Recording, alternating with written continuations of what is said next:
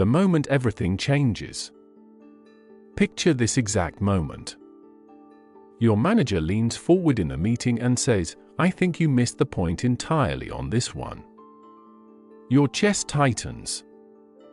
Blood rushes to your face. Your hands grip the edge of the table. Your mind isn't listening anymore, it's already preparing the counterattack, cataloging every reason you were right, every factor they don't understand, every way this is unfair, every past success they're conveniently forgetting. Within 3 seconds, you've stopped being a professional in a conversation and become a lawyer in a trial where your entire worth is the defendant. You open your mouth. The words that come out are sharp, defensive, explaining. You can hear the edge in your own voice, see the shift in the room. People look away. Someone checks their phone. Your manager's face closes. The conversation hasn't ended, but something else has, the possibility of actually learning anything. This moment, this instant where criticism hits and defensiveness takes over, is one of the most expensive reflexes in your life. It costs you information you desperately need. It damages relationships you rely on. It traps you in patterns you'll repeat for years until people finally stop trying to help you and simply work around you instead. But here's what Confucius grasped 2,500 years ago, in the courts and academies of ancient China, where a single defensive word could cost a minister his position or his life. Defensiveness isn't a personality trait. It's not who you are. It's a habit. A deeply grooved neural pathway. And like any habit, it can be retrained. He said, when you see a worthy person, think of becoming like them. When you see someone who is not, reflect inwardly on yourself. Analects for point 17. This wasn't about accepting abuse or becoming a doormat. It was about something far harder, training yourself to hear criticism without your ego hijacking the conversation. To separate your worth from your work. To distinguish an attack on your ideas from an attack on your soul. Today's video breaks the formula we've used in previous episodes. Instead of 10 quick principles, we're going deep on 5 transformative practices, the ones that actually rewire the reflex, the ones that turn criticism from a threat into a tool. This is how you turn feedback into fuel for growth, rather than a spark for conflict. Let's begin. Part 1. The Pre-Game: Why Your Brain Betrays You. Before we get to what Confucius taught, we need to understand what you're fighting against. Because your defensiveness isn't a character flaw. It's biology. And you can't outsmart biology until you understand it. When someone criticizes you, your amygdala, the ancient, almond-shaped threat detection center buried deep in your brain, treats it like a physical attack. Within milliseconds, it floods your system with cortisol and adrenaline. Your heart rate spikes. Your breathing shallows. Your muscles tense. Your prefrontal cortex, the part of your brain responsible for rational thought, impulse control, long-term planning, and empathy, largely goes offline. Blood flow redirects away from it toward your limbic system, your survival brain. This is what Daniel Goleman and others have called an amygdala hijack. According to research on emotional regulation, the initial biochemical surge typically lasts about 60 to 90 seconds from the trigger to the point where your rational brain can begin to come back online. During that minute or so, you are not thinking clearly. You are reacting. Every defensive word that comes out of your mouth in that window isn't strategy, it's survival instinct mistaking professional feedback for a saber-toothed tiger. Now add another layer, the fundamental attribution error. This is one of the most consistently replicated findings in social psychology across dozens of studies and cultures. Here's how it works. When we make a mistake, we explain it with circumstances. I was tired, I didn't have the right information, the timeline was impossible, my team let me down. But when someone else makes the same mistake, we explain it with character. They're lazy, they're careless, they don't respect deadlines, they're not competent enough for this role. We give ourselves context. We give others judgment. So when criticism lands on us, we don't just hear your report had 3 errors. We hear you are an incompetent person who produces error-filled work and probably shouldn't be trusted with important projects. The criticism jumps from the specific action to our global identity in a single neural leap.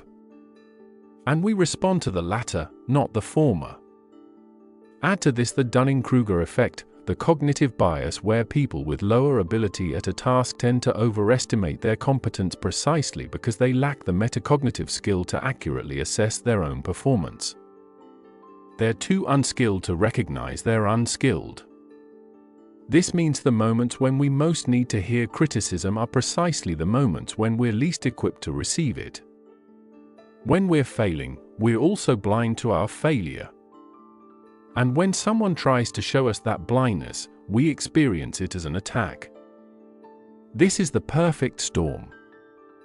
And it happens in your brain every single time someone questions your work, challenges your thinking, or suggests you could have done better. Confucius didn't have the neuroscience. He didn't have fMRI machines or studies on cortisol levels. But he had the wisdom of careful observation over decades of teaching. He watched brilliant students become defensive fools in an instant. He saw ministers destroy their own careers by refusing simple corrections.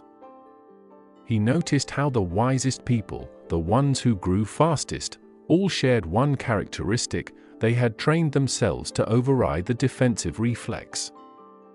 And he built a system to teach others how to do the same. Here's how. Practice 1, the 90-second rule, survive the hijack. Confucius was famous for his silences. When a student asked a difficult question or challenged his teaching, he would often sit in complete silence. Sometimes for seconds. Sometimes for minutes. His disciples recorded their discomfort in the analects. They thought he was angry, or that they'd overstepped, or that they'd asked something foolish and he was preparing to rebuke them. But the master was doing something else entirely. He was waiting out the chemical storm. He recognized intuitively what neuroscience would later demonstrate, that the first words out of your mouth after criticism are almost never wise words. They're reflexes. They're the amygdala throwing words at a perceived threat, hoping some of them will make the threat go away. And reflexes don't build character, they reveal its absence. In the courts of ancient China, this discipline was survival. A minister who responded defensively to a ruler's criticism might find himself stripped of rank, exiled, or worse. The stakes were existential. But even when the stakes were lower, a student disagreeing with a teaching, a colleague questioning a method, Confucius held to the same practice. Because he understood that the pattern you establish in small moments becomes the pattern you default to in crucial ones. He taught his students, when criticism lands, your first job is not to respond. Your first job is to survive the hijack without making it worse. The practice. Step 1. Name the hijack. The instant criticism lands and you feel that chest tightening, face flushing, hands clenching response, say to yourself internally, hijacked. About 90 seconds. This simple act of naming it creates what psychologists call cognitive reappraisal. You're no longer inside the emotion, you're observing it. You've created a tiny gap between stimulus and response. And in that gap, choice becomes possible. The naming doesn't make the feeling go away. Your heart is still racing. Your face is still hot. But you've shifted from "I am under attack" to "I am experiencing a physiological response to perceived criticism."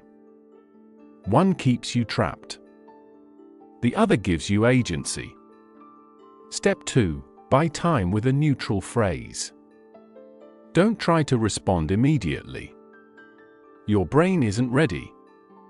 Instead, deploy one of these preloaded responses, memorize them now, so they're available when you need them. Let me take a moment to process that. That's important. Give me a second to think it through properly. I want to respond properly, so let me collect my thoughts. Can you give me a minute? I want to make sure I understand fully before I reply. These phrases do 3 critical things. First, they buy you the 60 to 90 seconds you need for your prefrontal cortex to come back online. Second, they signal to the other person that you're taking them seriously. Paradoxically, asking for time to think makes you look more professional, not less. It shows you're the kind of person who values accuracy over speed. Third, they prevent you from saying something you'll regret. Every defensive word you don't say is a future relationship you don't have to repair. Step 3. Use the time to down-regulate. During that minute or so, you're not doing nothing. You're actively bringing your nervous system back under control. Here's the protocol. Physiological. Take 3 deep breaths. For seconds in through your nose, hold for 2, 6 seconds out through your mouth. This activates your parasympathetic nervous system, your body's natural calming mechanism. It's not mysticism, it's biology. The long exhale sends a signal to your brain that the threat is over. Physical. Consciously change your posture. If your arms are crossed, uncross them.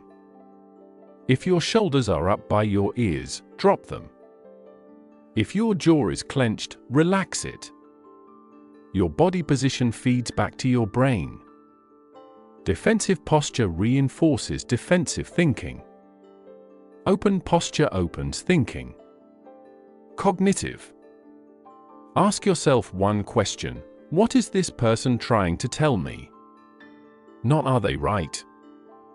Not how do I defend myself? Just, what are they trying to communicate?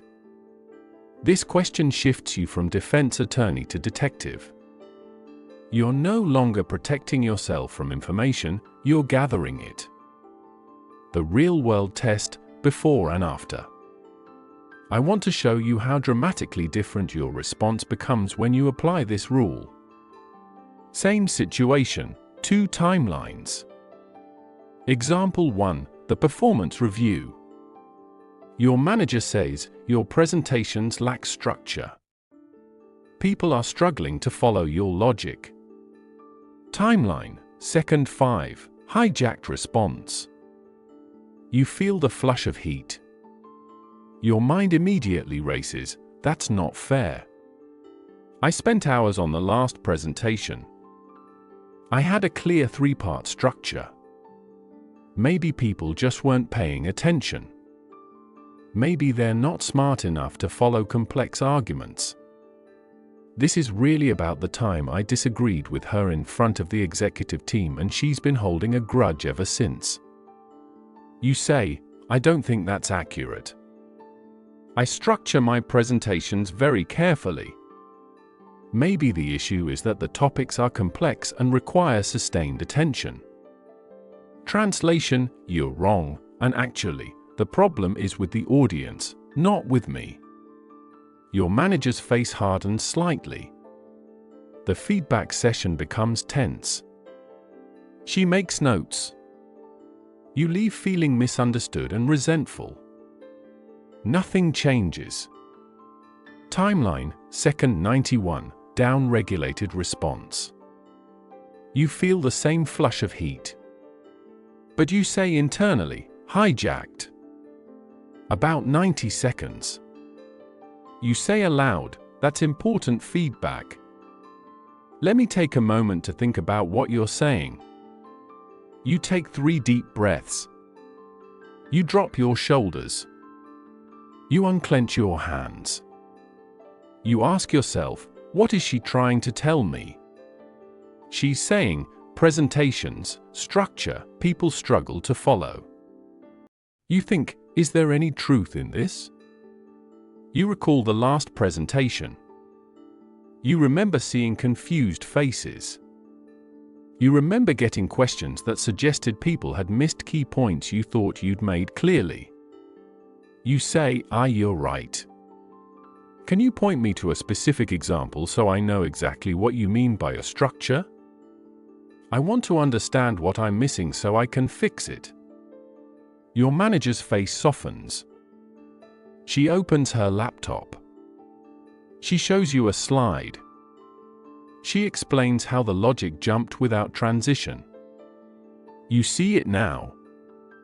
The conversation becomes collaborative. You leave with a clear action plan, take a presentation skills workshop, get feedback on slide drafts before big meetings, study presentations from colleagues who do this well. 6 months later, your presentations are tighter. People tell you they're easier to follow. Your manager mentions your improvement in your annual review. Sane criticism. 2 radically different outcomes. The only variable was roughly 90 seconds. Example 2, the relationship argument. Your partner says, you never help with the housework. I'm exhausted. Timeline, second 5, hijacked response. Your mind immediately compiles evidence, never? What about the bins I took out Tuesday? What about when I did the shopping last weekend? What about all the times I cook? This is so typical, they catastrophize everything. They always use words like never and always, and then I'm the bad guy for pointing out they're exaggerating. You say, never? That's not true and you know it. I did the bins on Tuesday. You always exaggerate everything. Your partner's face closes. The argument escalates. You're now fighting about who does more rather than solving the actual problem. The evening is ruined. Nothing changes. Timeline, second 91, down-regulated response. You feel the same defensive surge. But you say internally, hijacked. About 90 seconds. You say aloud, let me think about what you're saying for a moment. You breathe. You relax your jaw. You sit down instead of standing in the doorway, changing your physical stance from confrontation to conversation. You ask yourself, what are they trying to tell me? They're saying, housework, exhausted, I'm not helping enough. You think past the word never to the feeling underneath it. They're not making a precise statistical claim. They're expressing exhaustion and overwhelm. You do a quick mental audit. When was the last time I proactively did housework without being asked? You realize it's been over a week. You've been busy, stressed, in your head. But busy is a reason, not an excuse. You say, you're right. I've been coasting. There's an imbalance and that's not fair to you. Let's sit down after dinner and split the tasks more clearly so you're not carrying all of this. Your partner's shoulders drop. The fight doesn't happen. Instead, you spend 15 minutes with a piece of paper, dividing chores. The relationship improves because you chose not to defend the indefensible. Sane criticism. Wildly different outcomes. About 90 seconds. Interactive moment. Pause this video right now. Let's practice together. Take a breath with me, 4 seconds in, hold for 2, 6 seconds out. Again, 4 in, hold, 6 out. 1 more, 4 in, hold, 6 out. This is what you'll do when criticism lands. You've just trained the pathway. The mechanism, why this works. The sage recognized that wisdom isn't about having the perfect answer instantly. It's about having the discipline to wait until a good answer becomes possible. This rule doesn't make criticism hurt less. You'll still feel that initial sting, that surge of heat. That's biology, you can't change it. But it stops the hurt from turning into damage. It gives your prefrontal cortex time to come back online, to override the amygdala's panic. And here's what's fascinating, the more you practice this, the shorter the hijack becomes. Your brain starts to recognize the pattern. The neural pathway from criticism received to defensive response begins to weaken. A new pathway forms, criticism received to pause and examine. After weeks of practice, you might only need 30 seconds. After months, it becomes almost automatic. You still feel the initial response, but you don't act on it. This is neuroplasticity in action. You are literally rewiring your brain, one pause at a time. The analects record this as daily renovation. Modern neuroscience calls it deliberate practice. The name doesn't matter. What matters is that it works. Practice 2, the Truth First Protocol, ask the hardest question. Here's where most people fail, even when they've survived the initial hijack, they argue about tone, timing, or fairness to avoid dealing with content. Listen to how common these deflections are. You shouldn't have said that in front of everyone. You're being really harsh right now. This isn't the right time to bring this up. You could have phrased that more diplomatically. I don't appreciate your tone. All of these might be valid observations. Public criticism can be inappropriate. Harsh delivery can be unnecessary. Timing matters. Tone matters. But they're also deflections. And the master would call them out as such. His method was unflinching. Before you debate how the criticism was delivered, first establish whether it's true. In the Analects, when disciples came to him complaining about how others had spoken to them, he didn't immediately validate their hurt feelings or agree that the other person had been rude. He asked one simple, devastating question. But were they right? If the answer was yes, the manner of delivery became secondary. The truth demanded acknowledgement first. Only after the truth was honored could they discuss the method. This wasn't cold. It wasn't dismissive of feelings. It was a recognition of priorities. Truth is rare and valuable. Comfortable delivery is common and cheap. If you're lucky enough to receive truth, don't reject it because it arrived in rough packaging. The practice. Step 1. The 2-column audit. When criticism lands, take out a piece of paper or open a note on your phone and create 2 columns with clear headers. Column A, what's true? Column B, what's unfair? Force yourself, and I mean force yourself, because every instinct will resist this, to fill in column A before you touch column B. Be brutally honest. This audit is private. No one else will see it. Don't ask broad questions like, am I a terrible person? Or am I bad at my job? Those are too big and too vague to be useful. Ask specific questions. Is this specific claim accurate?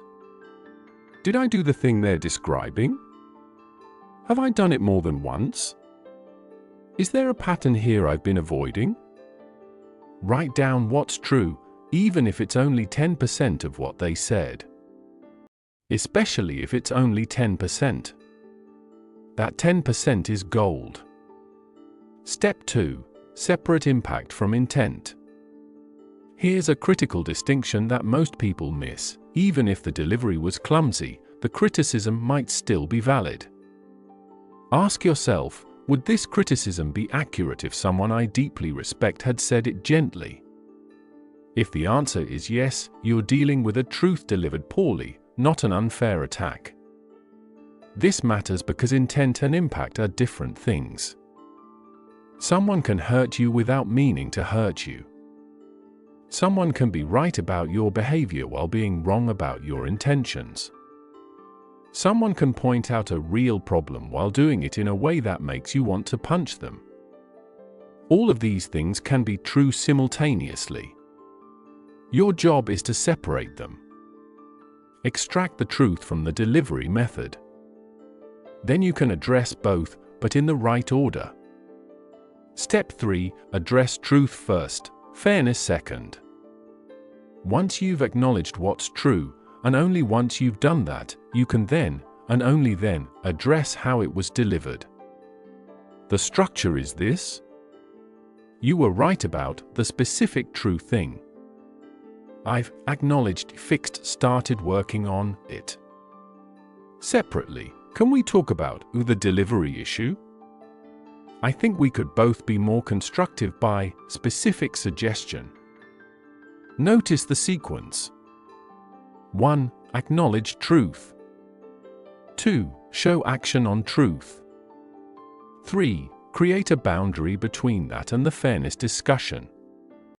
4. Address the delivery issue with a specific, actionable suggestion. This isn't weakness. It's strategic communication. You've honored the substance while protecting the process for future interactions. The real-world test, column A vs column B. Let me show you how this plays out in practice. Scenario 1. The blunt colleague. In a team meeting with 8 people present, a colleague says, "This project is 3 weeks behind schedule because the handoffs aren't happening between departments. Marketing sends stuff to design too late, design takes too long to turn it around, and then it lands on dev with no time for proper testing." You're the project manager. You feel your face flush. Everyone's looking at you. The defensive deflection, column B first. Your mind immediately goes to, "This is humiliating. They could have raised this privately. They're making me look incompetent in front of the team. They're probably trying to position themselves for my role." This is a political move disguised as constructive feedback. You say, "I think this could have been raised in a more appropriate forum." These kinds of issues are better discussed in our weekly one-on-ones rather than ambushing people in team meetings. What you're really saying is, "I don't care if the project is behind. I care that you made me look bad." The room gets tense. Your colleague looks annoyed. Your manager, who's also in the meeting, makes a note. The project stays behind because you've just signaled that raising problems publicly will be punished. Next time, people will stay quiet. The truth first protocol, column A first. You feel the same flush of heat. But you have your phone under the table. You quickly open your notes app and jot down. Column A, what's true? Project is behind schedule, check project tracker, yes, 18 days behind. Handoffs are delayed, check latest timeline, design got marketing brief for days late, design took 7 days instead of 3, dev got assets 3 days before deadline instead of 10. This is causing testing to be rushed, check test coverage, yes, lower than ideal. Column B, what's unfair? Public forum, could have told me privately first. Accusatory tone, felt like blame, not problem solving. You respond, "You're right about the handoffs. I've been watching the individual pieces, but I missed the cumulative delay. Let me map out the bottlenecks and dependencies this afternoon and share a revised timeline with everyone by tomorrow morning. I'll also build in better buffer time between stages. You pause, then add, for future reference, I'd appreciate a heads up when you spot issues like this so we can address them before the broader team meeting, but either way, I'm glad you raised it. We need to fix this. You've done 3 things. 1. Acknowledge the truth immediately, column A. 2. Committed to action on it. 3. Set a boundary for future communication, column B, without making it the main point. Your colleague nods.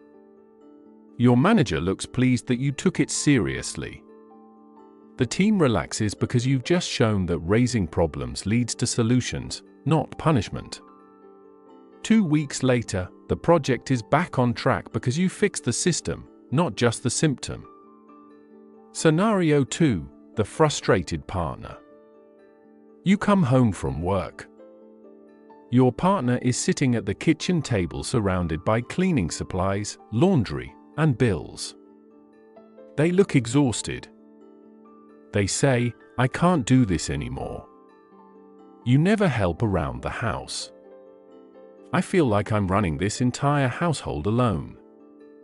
The fairness deflection, column B first. Your mind races, "Never?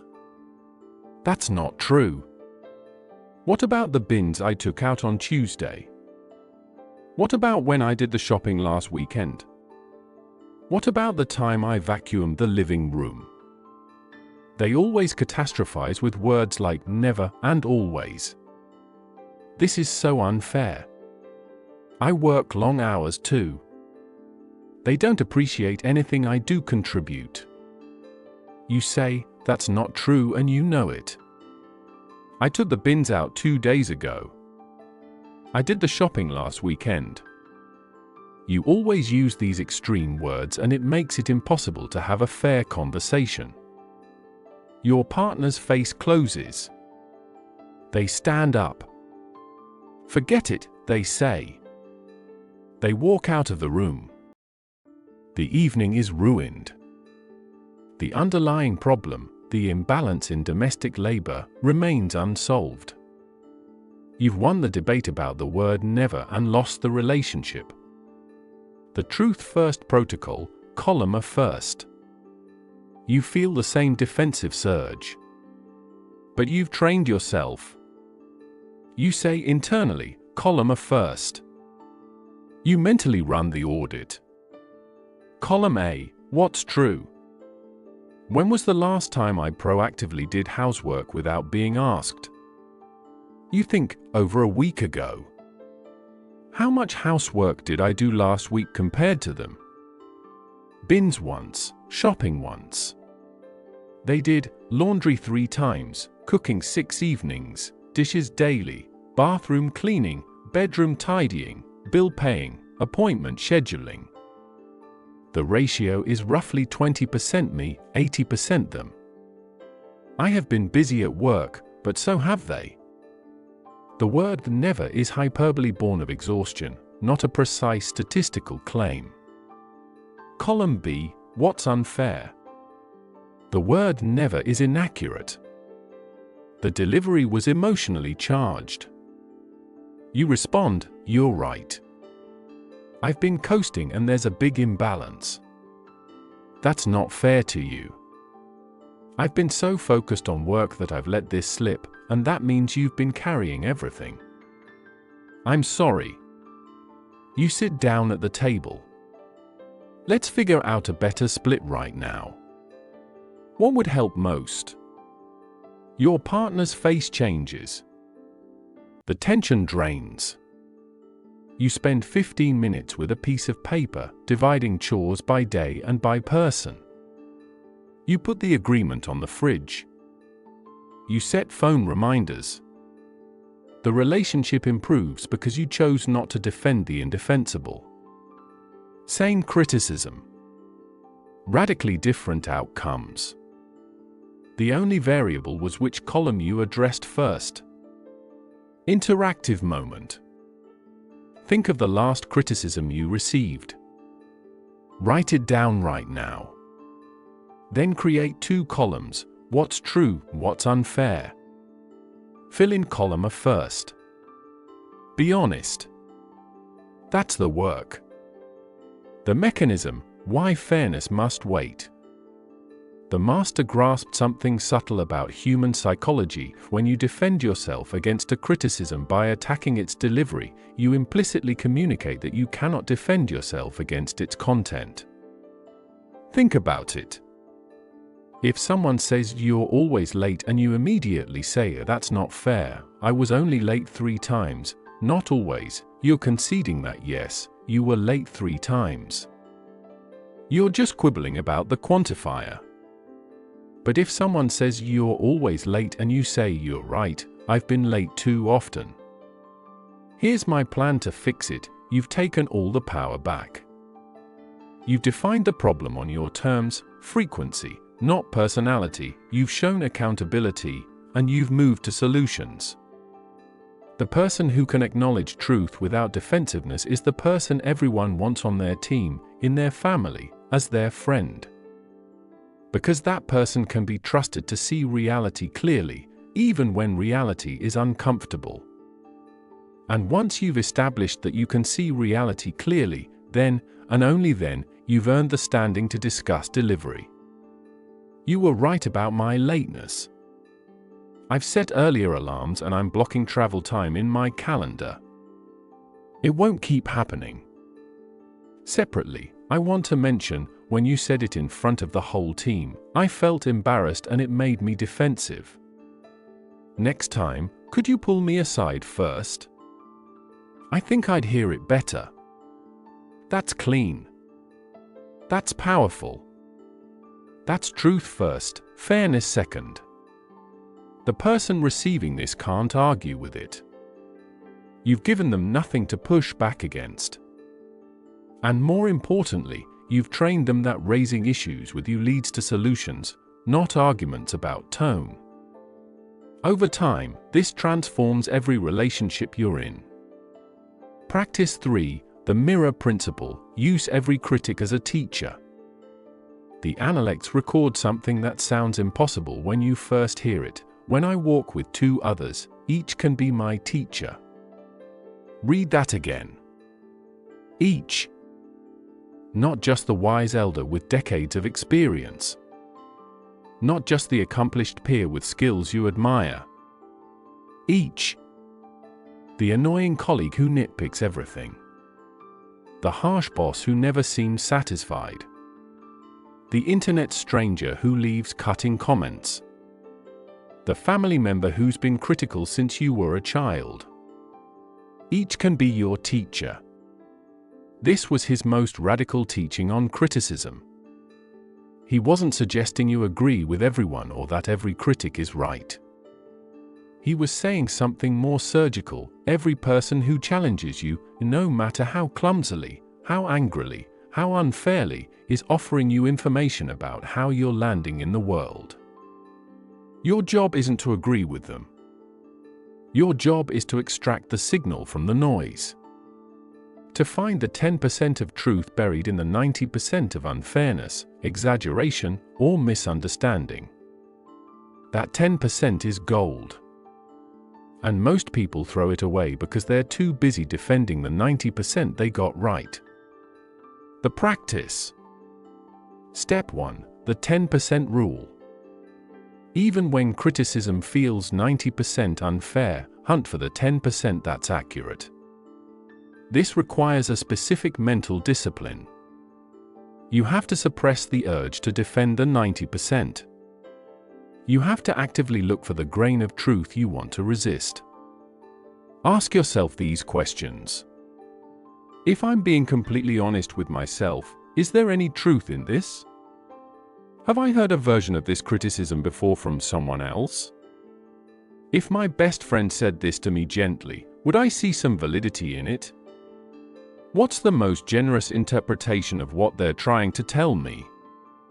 Write down the 10%. Just that part. A single sentence.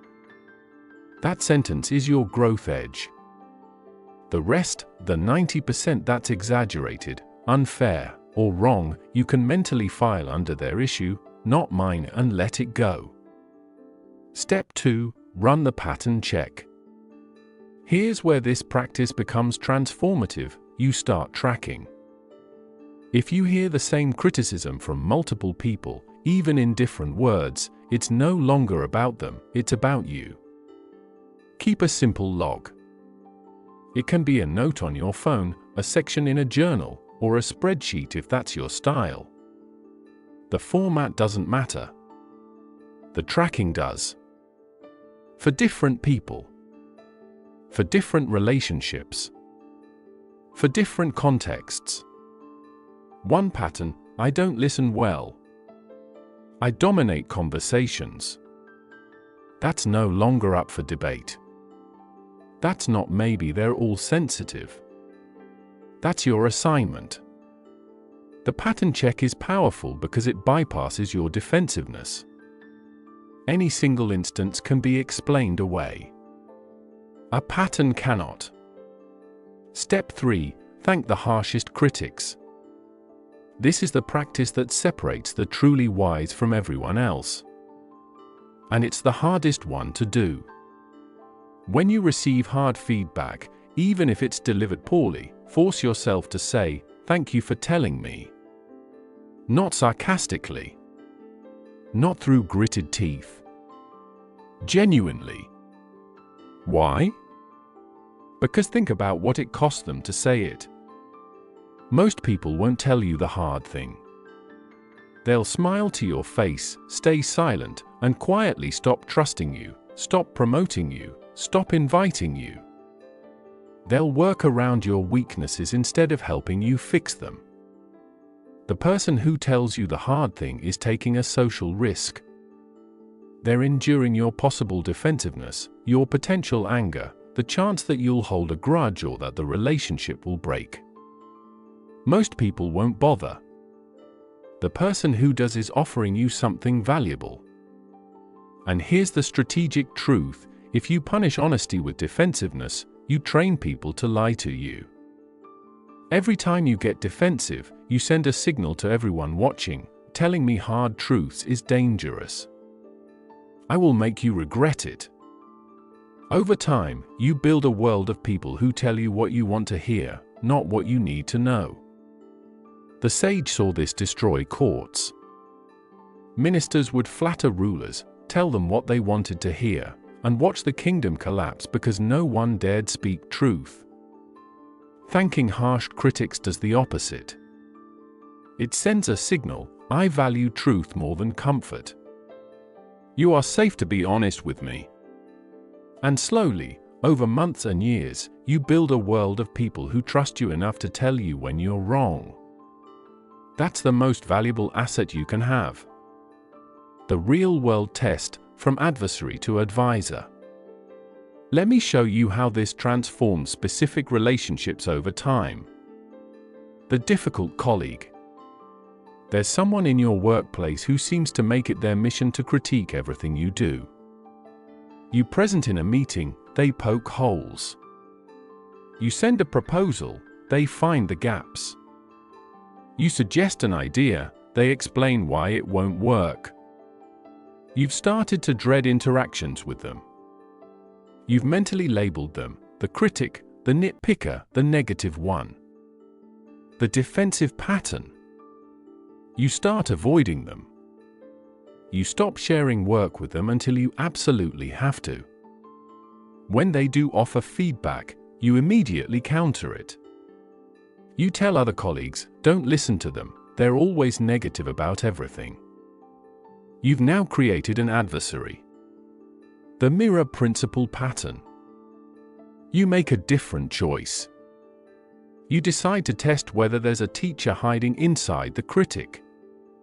Next meeting, they critique your proposal as usual. This doesn't address the core issue. You're treating symptoms. Instead of defending, you say internally, 10% rule. Is there any truth here? You reread your own proposal with fresh eyes. You realize they're right. You've proposed band-aid solutions to a structural problem. You respond, you know what, you're right. I focused on the visible problems without digging into what's causing them. Can you say more about what you think the core issue is?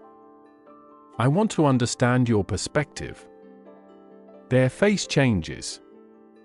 They weren't expecting that. They explain. You listen. You take notes.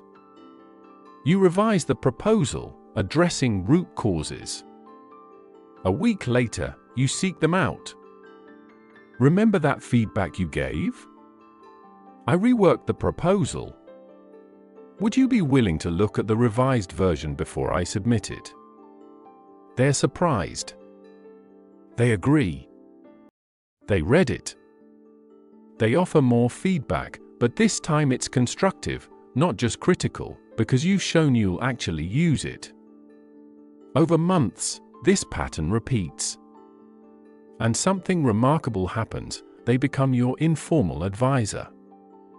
They start giving you feedback earlier when it's easier to incorporate. They start flagging problems before they become crises. They start advocating for your work to others because they know you'll take their input seriously. What changed? Not them. You. You treated them as a teacher, and they rose to meet that role. The hypercritical family member. You have a parent, sibling, or extended family member who's been critical your entire life. Nothing you do is quite good enough. They always find something to comment on. You've built elaborate defensive walls. You brace yourself before family gatherings. You share less and less about your life because you know it'll just become material for criticism. The defensive pattern. You've started bringing your achievements down when you talk to them. It's not a big promotion, really, or the house is nice but it needs a lot of work, or the relationship is going well but it's still early days. You're preemptively diminishing your successes to avoid their critique. Or you've gone the opposite direction, you've stopped sharing altogether. You give one-word answers. You change the subject. You leave gatherings early. Either way, you've lost the relationship. You've labeled them the one who's never satisfied. The mirror principle pattern. You decide to experiment. What if there's a 10% truth buried in their lifetime of criticism? At the next family gathering, they say, "You never visit. I feel forgotten." Instead of the defensive response, "You could call me too," you run the 10% rule. You check your calendar honestly. Your last visit was for months ago.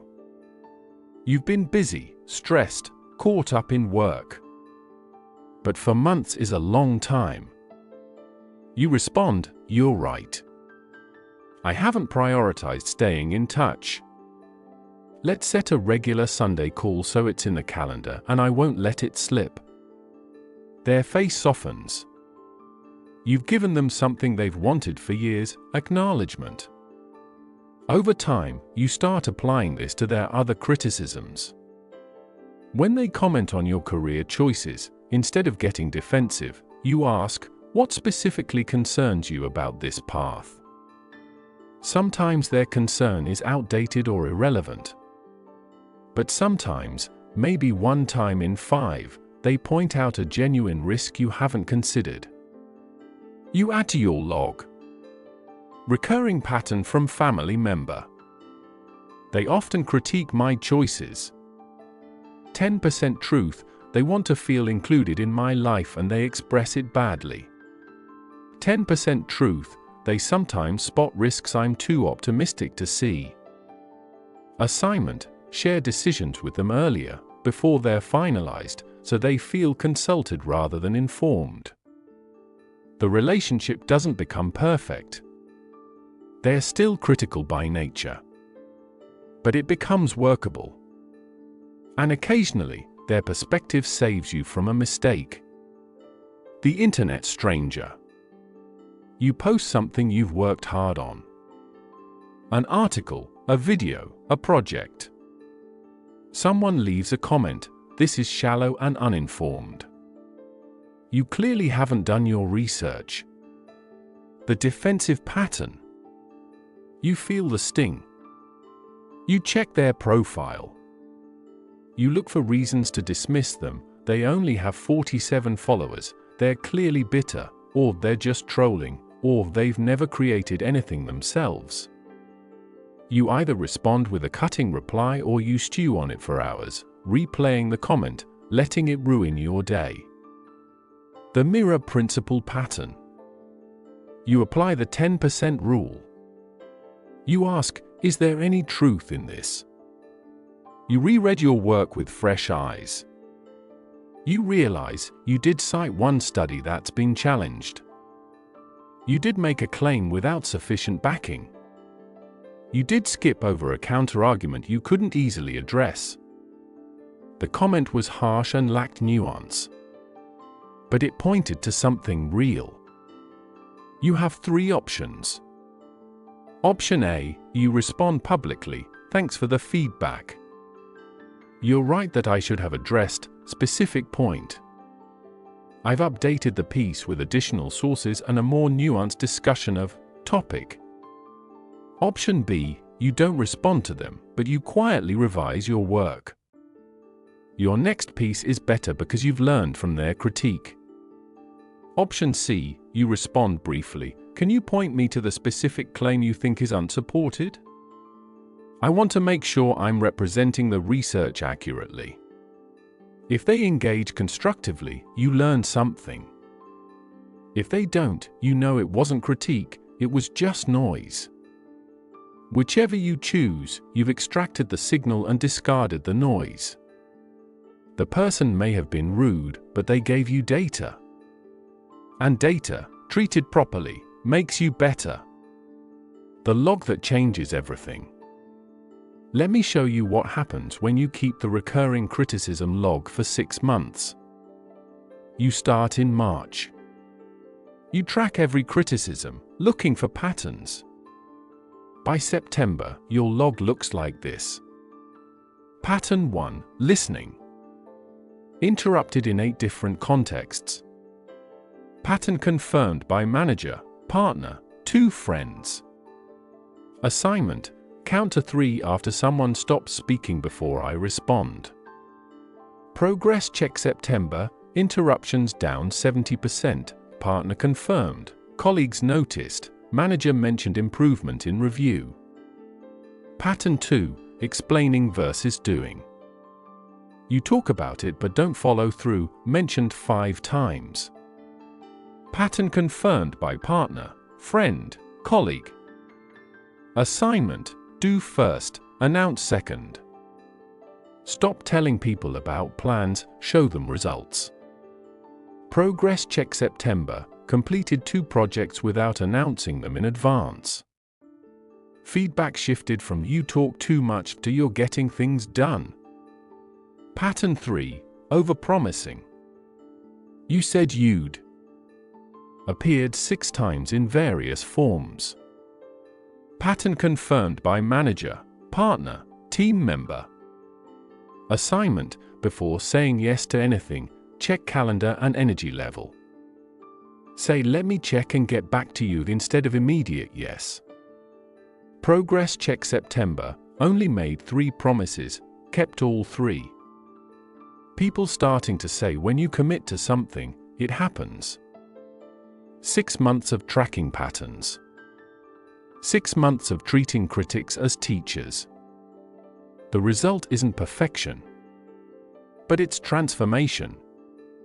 You're interrupting less, following through more, overpromising less. And people notice. The criticism doesn't stop completely, you're still human, still learning. But it changes. It becomes less frequent, more specific, more collaborative. And most importantly, you stop fearing it. Because you know how to use it. Interactive moment. In the comments, tell me, what's one criticism you've heard from 3 different people? Write it down. That's your pattern. That's your assignment. The mechanism, why this works. His insight was profound: you can't fix a pattern you refuse to see. Defensiveness keeps you blind. It protects you from uncomfortable information at the exact cost of keeping you stuck in the patterns that generate that information. The mirror principle breaks the cycle. By treating every critic as a potential teacher, by hunting for the 10% truth, by tracking patterns across multiple sources, you build a feedback system that catches your blind spots before they become career-limiting, relationship-ending problems. And here's the paradox: the more you do this, the less criticism you receive. Not because you become perfect, but because you catch and fix issues before others have to point them out. You become the person who self-corrects. Practice 4 of the self-correction habit: beat them to the punch. Here's the paradox: the best way to handle criticism is to make it unnecessary. If you wait for others to tell you you're slipping, you've already damaged trust. But if you catch it yourself, name it, and fix it, you show maturity and build credibility. The master practiced what he called daily renovation, a habit of self-examination that meant most of his faults were caught and corrected before others had to point them out. In The Great Learning, the text says, if you can one day renovate yourself, do so from day to day. Yes, let there be daily renovation. This wasn't about perfectionism. It was about responsibility. It was the recognition that your character, like a house, requires maintenance. Leave it unattended and small cracks become structural damage. Tend to it daily and it stands for decades. The disciples recorded that he would examine himself in 3 ways each day. 1. Had he been loyal in his dealings with others? 2. Had he been trustworthy in his words? 3. Had he practiced what he'd been taught, or merely accumulated knowledge without application? This daily audit wasn't punishment. It was prevention. It was the discipline of catching himself before others had to catch him. The practice. The nightly audit, 2 minutes before bed. 3 questions. Write the answers in a simple note. Keep it brief. This isn't journaling, it's accounting. Question 1. Did I keep my word today? List specific commitments you made and whether you kept them. Said I'd review Sarah's draft by 3 p.m. Done. Told my partner I'd book the holiday. Not done. Promised myself I'd exercise. Not done. Question 2. Did I behave in line with my values? Think about moments where you could have acted differently. Snapped at the barista when my order was wrong, out of line with treating people with respect. Walked past a colleague who looked upset without checking in, out of line with showing care for others. Stayed off my phone during dinner with family, in line with being present. Question 3. What do I need to own or repair tomorrow? Based on questions 1 and 2, what needs immediate action? Apologize to Sarah for forgetting the draft review. Deliver it first thing. Tell partner I dropped the ball on holiday booking. Do it tomorrow evening. No repair needed for exercise, miss. Just do it tomorrow.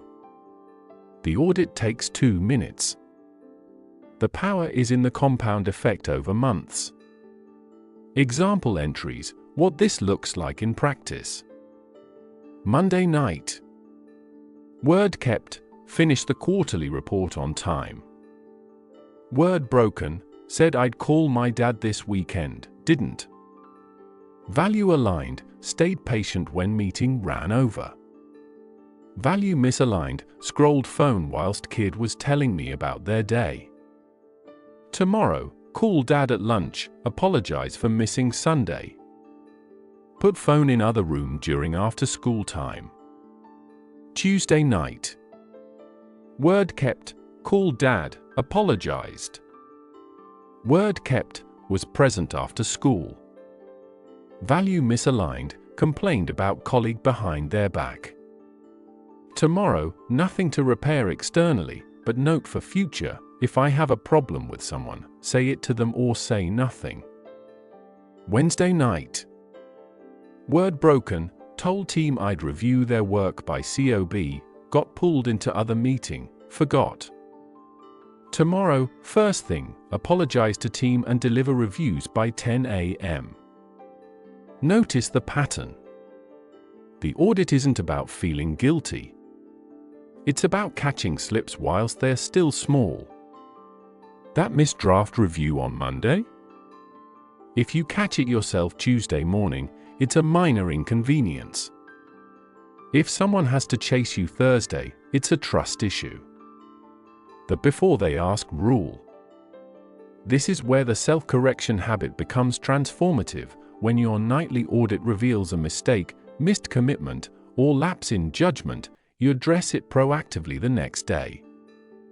You don't wait for someone to notice. You don't hope it slides by. You own it first. This does 3 things. 1. It prevents the damage from compounding. A missed deadline caught and addressed on day 1 is a scheduling issue. A missed deadline discovered by someone else on day 5 is a reliability issue. 2. It shows maturity. People respect those who self-correct more than those who need external correction. 3. It trains others that you're trustworthy. When people see you catch and fix your own mistakes, they learn they don't need to monitor you. Trust grows. The real-world test, proactive repair. Scenario 1, the forgotten promise. You told your team on Friday that you'd review their workloads and redistribute tasks over the weekend. It's now Monday morning. You forgot completely. The reactive path. You arrive at work. You wait to see if anyone brings it up. By 11 a.m., your assistant mentions it. Are we still doing the workload review today? You feel embarrassed. You get defensive. I've been slammed. I'll try to get to it this week. The message they hear, my promise isn't reliable. I need to keep asking. Trust erodes a little. The proactive self-correction path. Your Sunday night audit catches it. Promise team, workload review. Status, not done. Monday morning, before anyone arrives, you message the team. Team, I said I'd review workloads over the weekend. I didn't do it. That's on me. I'll have it completed by Wednesday COB and will set recurring calendar blocks going forward so this doesn't slip through again. Apologies for the delay. You've done 4 things. 1. Acknowledge the specific promise. 2. Own the failure without excuse. 3. Set a new, realistic deadline. 4. Explain the system change to prevent recurrence. When your assistant comes in Monday, they already have your message. They don't need to chase you. They think, this person catches their own mistakes. I can rely on them. Trust grows. Scenario 2, the hasty words. You had a stressful evening. Your partner asked a simple question about weekend plans and you snapped, "Can you not see I'm busy? We'll talk about it later." Your tone was sharp. Your partner's face closed. They left the room. The reactive path. You wait to see if they bring it up. The next morning, there's tension. You're both a bit cold to each other. Eventually, maybe that evening, They say, "You were really harsh last night." You defend, "I was stressed." You pick bad timing. The argument continues. The repair takes days. The proactive self-correction path. Your nightly audit catches it, snapped at partner. Out of line with treating them with respect. They were just asking about plans. The next morning, before they wake fully, you say, "Hey, I was really short with you last night about the weekend plans. That wasn't fair. I was stressed, but that's not your problem. I'm sorry. Can we talk about plans over breakfast?" Your partner's face softens. The repair happens in 30 seconds. The morning is pleasant. The relationship strengthens because you've proven you can catch yourself. Scenario 3, the overpromise. You're 3 weeks into a project. You told the client you'd have the prototype ready by end of month. It's now mid-month. You can see clearly it's not happening. The complexity was greater than you estimated. The reactive path. You say nothing. You hope you can make up time. End of month arrives. No prototype. Client emails, "Where are we?" You scramble to explain. Trust is damaged. They question your judgment on future estimates. The proactive self-correction path. Your mid-month audit catches it, promised client, prototype by month end. Current status, 60% done, 3 major components still to build. Realistic completion, first week of next month. You email the client on day 16. Quick heads up on the prototype. I need to adjust the timeline. I underestimated the complexity of specific technical challenge. I'll have it to you by the 5th of next month instead of the 31st. Going forward, I'll build in more buffer time for unknowns. Apologies for the shift, I should have flagged this risk earlier in scoping. The client replies, "Thanks for the early notice." 5th works fine. What could have been a trust-breaking moment becomes a trust-building one. They now know, this person spots problems early and communicates them. I can trust their future estimates because they self-correct. The meta pattern, what the audit reveals over time. Here's what happens when you run the nightly audit for 3 months. You start seeing patterns in your pattern breaking. Week 1 to 2, you catch 2 to 3 things per week. Mostly small, forgotten follow-ups, minor tone issues, missed exercise commitments. Week 3 to 4, you're catching things earlier in the day because you've trained yourself to notice. Instead of nightly audit finding the snap at your partner, you catch yourself mid-snap, pause, reset your tone. Week 5 to 8, the frequency of caught mistakes drops. Not because you're lying to yourself, but because you're course-correcting in real time. The audit starts showing more aligned entries than misaligned ones. Week 9 to 12, people around you start commenting. You've been really reliable lately. I've noticed you're much more present. You seem calmer. They can't name what changed, but they feel it. This is neuroplasticity in action again. You're building a self-monitoring system. The external audit, nightly questions, is training an internal audit, real-time self-awareness. Eventually, you need the nightly audit less because you're catching things in the moment. But you keep doing it anyway, because it's the discipline that maintains the system. Interactive moment. Tonight, before bed, answer the 3 questions. Just once. See what you discover about yourself. Then decide if you want to continue. Why this works, The economics of repair. His understanding was practical. Trust is easier to maintain than repair. Breaking a promise costs 1 unit of trust. Keeping a promise maintains trust at baseline, 0 units gained or lost. But here's the key: catching your own broken promise before others have to costs only 0.3 units of trust and shows character development, which adds 0.5 units. Net effect, plus 0.2 units of trust. Proactive self-correction doesn't just minimize damage, it actually builds credibility over time. Compare that to reactive defensiveness. Breaking promise, -1 unit. Being confronted, -0.5 units. Defending instead of owning, -1 unit. Eventually apologizing after pressure, plus 0.3 units. Net effect, -2.2 units of trust. The nightly audit is how you move from the second pattern to the first.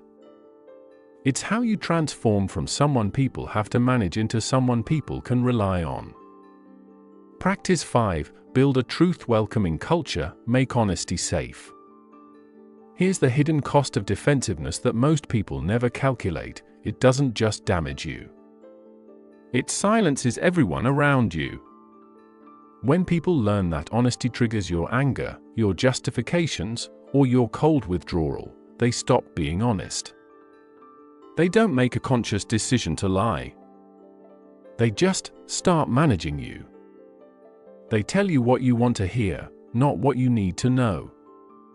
They filter bad news through increasingly elaborate euphemisms.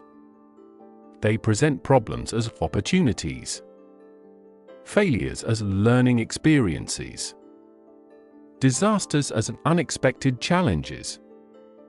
They're not being kind. They're being strategic. They've learned that bringing you truth is expensive, so they've stopped paying the price. And you, in your bubble of managed information, make worse and worse decisions because you're operating on fiction. The master saw this destroy kingdoms. The Analects are full of warnings about rulers who surrounded themselves with sycophants, ministers who flattered, who agreed, who told the ruler what he wanted to hear. Those kingdoms fell. Not because the rulers were stupid, but because they were blind. They'd made honesty so dangerous that truth couldn't reach them until it was too late.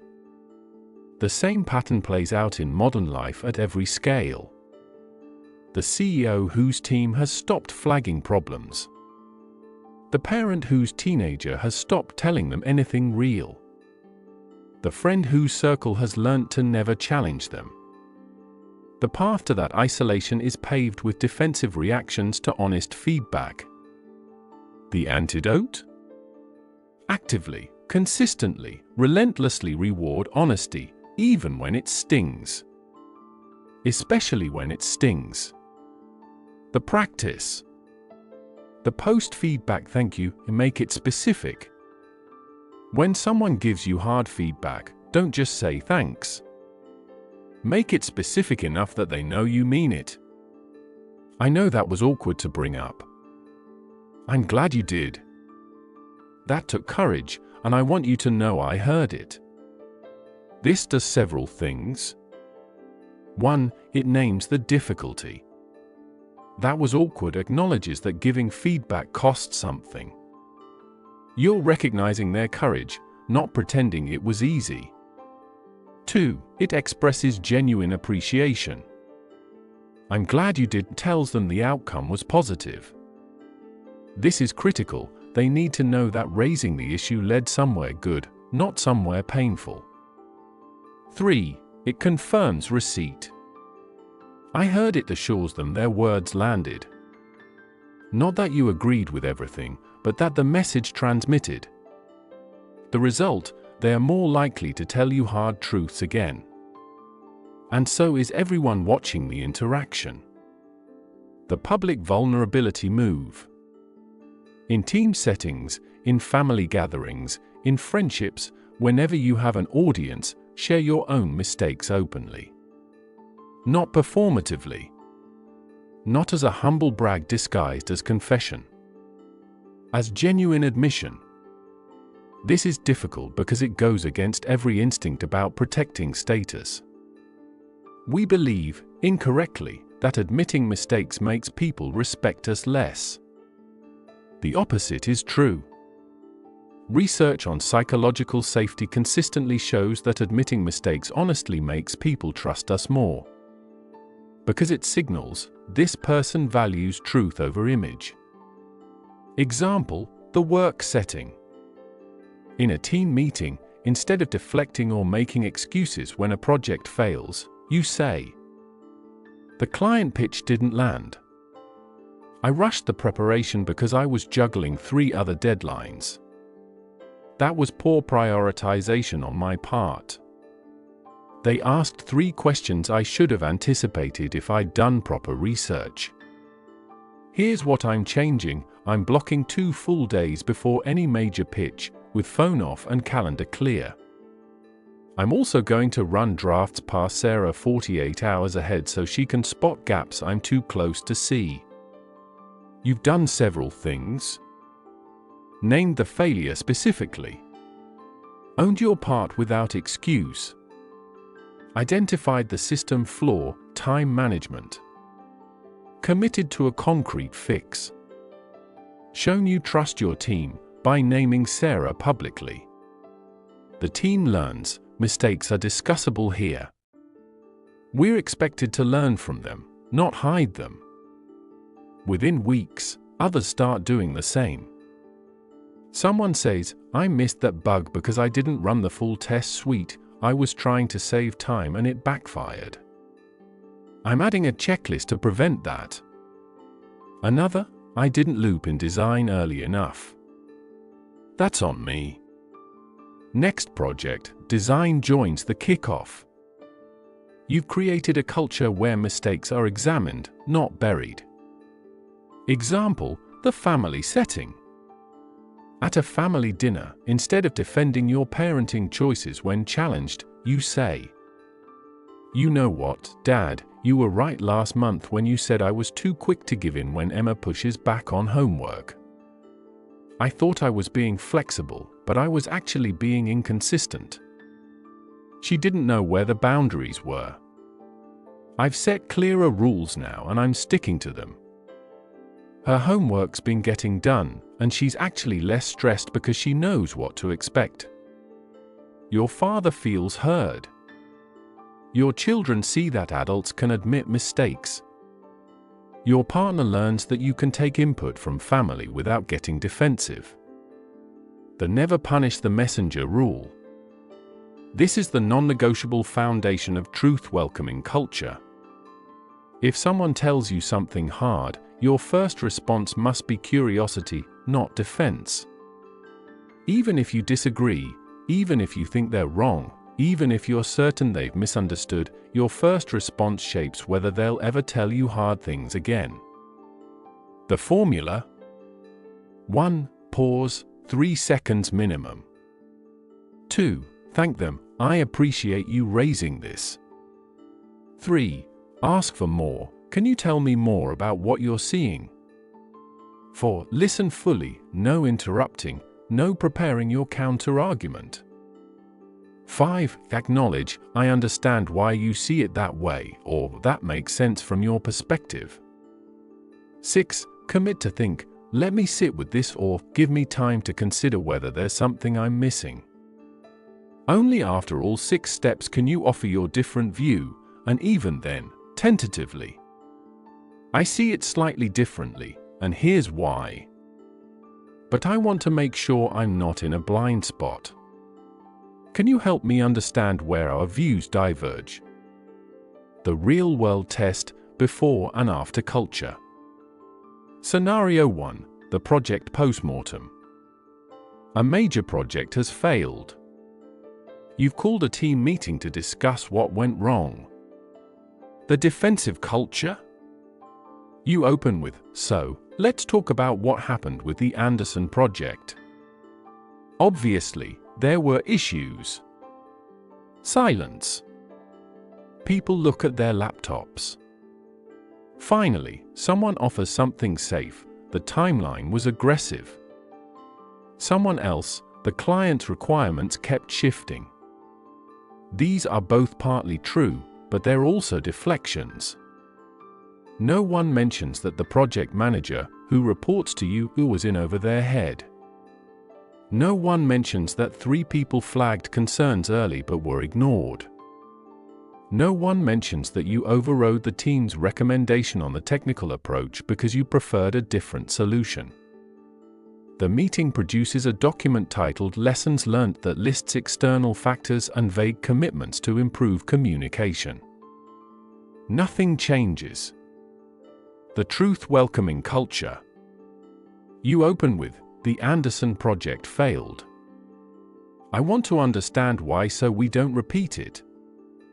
I'm going to start by naming what I got wrong. I picked Tom to lead this before he was ready. I didn't build in enough time for his learning curve, and when Sarah raised concerns about the timeline in week 2, I dismissed them because I was worried about looking bad to the client.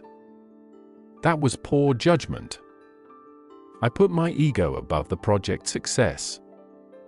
The room shifts. Someone else speaks, "I should have pushed harder when I saw the technical approach wasn't working. I knew it, but I didn't want to be seen as difficult." Tom, the project manager, says, "I should have asked for help earlier. I was trying to prove I could handle it and I got in over my head."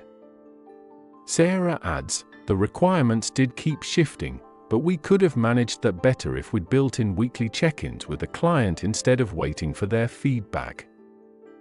The meeting produces a document with 12 specific, actionable changes. Junior PMs will now have a senior PM shadow for first 2 projects. Early warning flags will trigger immediate team huddles, not calendar-scheduled meetings. Client check-ins will be weekly, not fortnightly. Technical approach decisions will require sign-off from engineering lead. Anyone can call a concern flag a meeting with no justification needed. 6 months later, the next major project succeeds. Not because the team is more talented, but because the culture lets truth travel freely. Scenario 2, the family dinner table. Your teenage daughter has been withdrawn for weeks. You're worried, but whenever you ask if she's okay, she says fine and goes to her room. The punishing culture. At dinner, she mentions she got a C on a maths test. You react, "A C? What happened? You're better than that. Have you been doing your homework? Maybe you need to spend less time on your phone and more time studying." She closes down completely. "It's fine.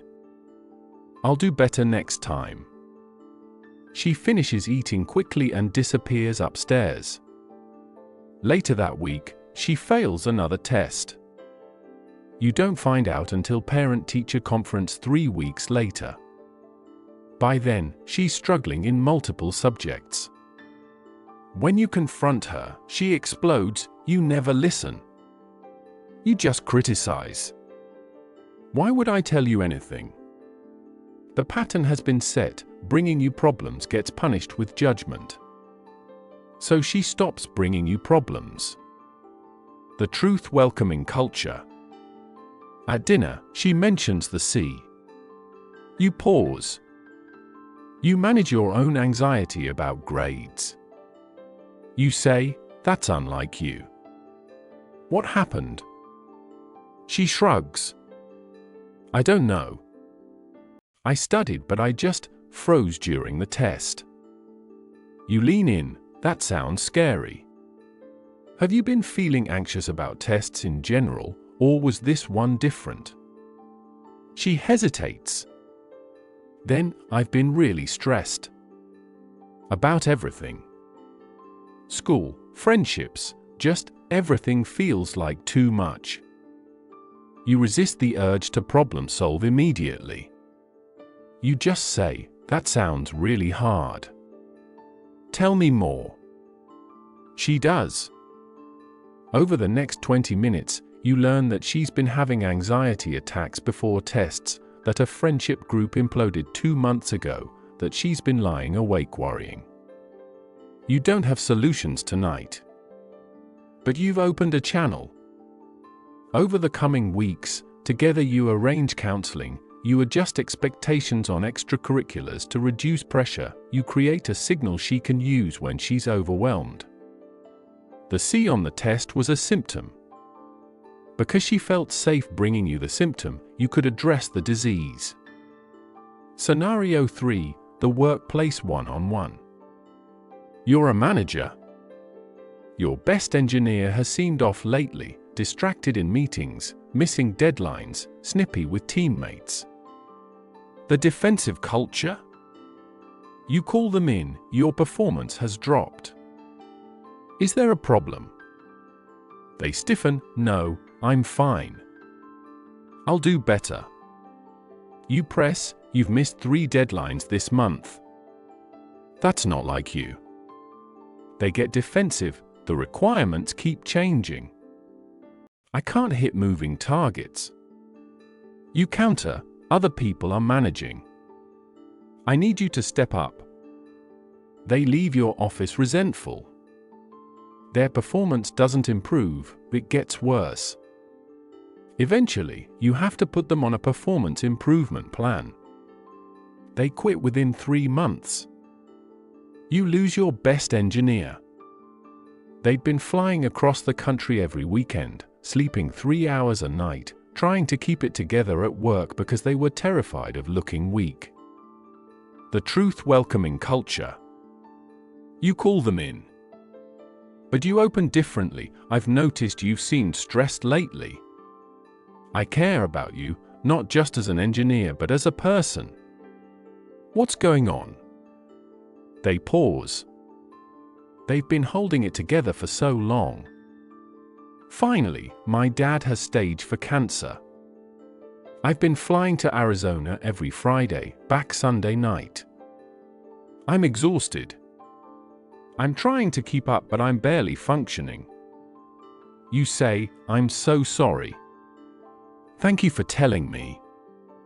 Let's figure this out. What would help?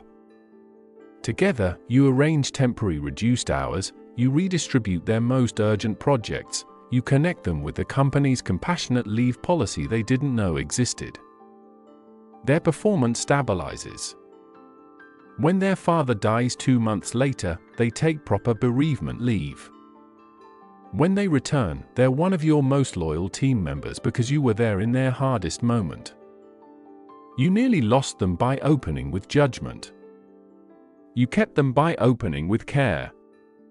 The long game, what truth-welcoming culture builds.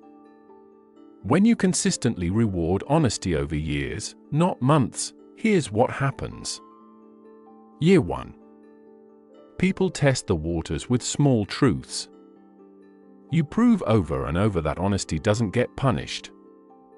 1 or 2 brave people start bringing bigger issues. The culture shifts from don't make waves to flag problems early. Year 2. Bad news travels faster, which means you can fix things faster. People bring you solutions alongside problems. Your decision-making improves because your information is better. You become known as the someone you can tell hard things to. Year 3. People seek you out for feedback because they trust you'll be honest. Your team or family friend group becomes more resilient because problems don't fester. You have fewer crises because early warnings work. You become the person others want to work with, live with, be friends with. Year 5. The culture is self-sustaining, new people adopt it by watching. You've built something uncommon, a space where truth and kindness coexist. People around you grow faster because they get honest feedback. You grow faster because you're not operating on managed information. Interactive moment. Think about the last time someone told you something hard. Did you thank them? Or did you defend? Write in the comments, "I will thank the next critic if you're willing to try this once this week." The mechanism, why this works. The teaching was clear: leaders don't create culture through speeches. They create it through responses. Every time someone brings you hard information, you're at a fork. Path A, react defensively. Punish the honesty. Train them to lie. Path B, react with curiosity. Reward the courage. Train them to tell truth. Path A is easier in the moment. Path B is easier in every moment after. The person who takes Path B again and again builds what modern research calls psychological safety, the foundational condition for high performance. Teams with high psychological safety innovate faster. People aren't afraid to suggest unusual ideas. Catch mistakes earlier. People flag issues before they become crises. Retain talent longer. People stay where they can be themselves.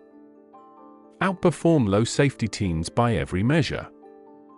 Families with high psychological safety navigate adolescence better. Teenagers keep talking instead of shutting down. Resolve conflict faster. Issues get addressed, not buried. Stay connected across generations. People aren't performing for each other. Friendships with high psychological safety last through major life changes. Honesty beats polite distance. Provide real support. People know what's actually wrong. Deepen rather than plateau. Vulnerability builds intimacy. And it all starts with how you handle criticism. Because criticism is truth trying to reach you. Your defensiveness is the wall. Truth-welcoming culture is what you build when you deliberately take the wall down, brick by brick. Closing, the practice, not the perfection. We've covered a lot. Let me bring it back to something simple. The master didn't promise that criticism would stop stinging. He didn't promise you'd never feel defensive again. He didn't promise any of this would be easy.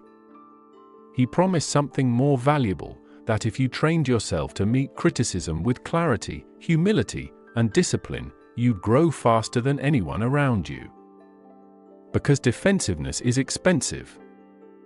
It costs you information. It costs you relationships. It costs you growth. It costs you the person you could become. But defensiveness is also just a habit. A deeply grooved neural pathway. And habits can be retrained. You've now learned 5 practices. 1. The 90-second rule. Survive the biological hijack before you respond. 2. The truth-first protocol. Address what's accurate before what's unfair. 3. The mirror principle. Extract the 10% truth from every critic. 4. The self-correction habit. Catch and fix your own mistakes before others have to. 5. The truth-welcoming culture. Make honesty safer than silence. You can't do all 5 perfectly starting tomorrow. That's not how habit change works. Your assignment for the next 7 days. Choose one practice from this video. Just one. Maybe it's the 90-second rule because you know you react too fast. Maybe it's the nightly audit because you want to catch yourself before others have to. Maybe it's the thank the critic practice because you know you've been shutting people down. Whichever one you choose, practice it every day for a week. Not perfectly. Just consistently. And then I want you to come back to the comments and tell us 3 things.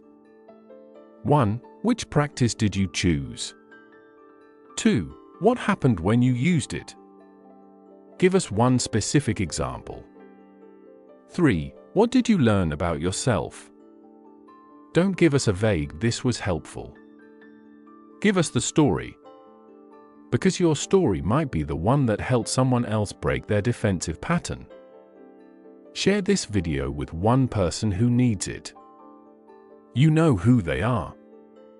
The colleague who bristles at every suggestion. The friend who can't hear hard truths without exploding. The family member who turns every correction into a 3-hour argument.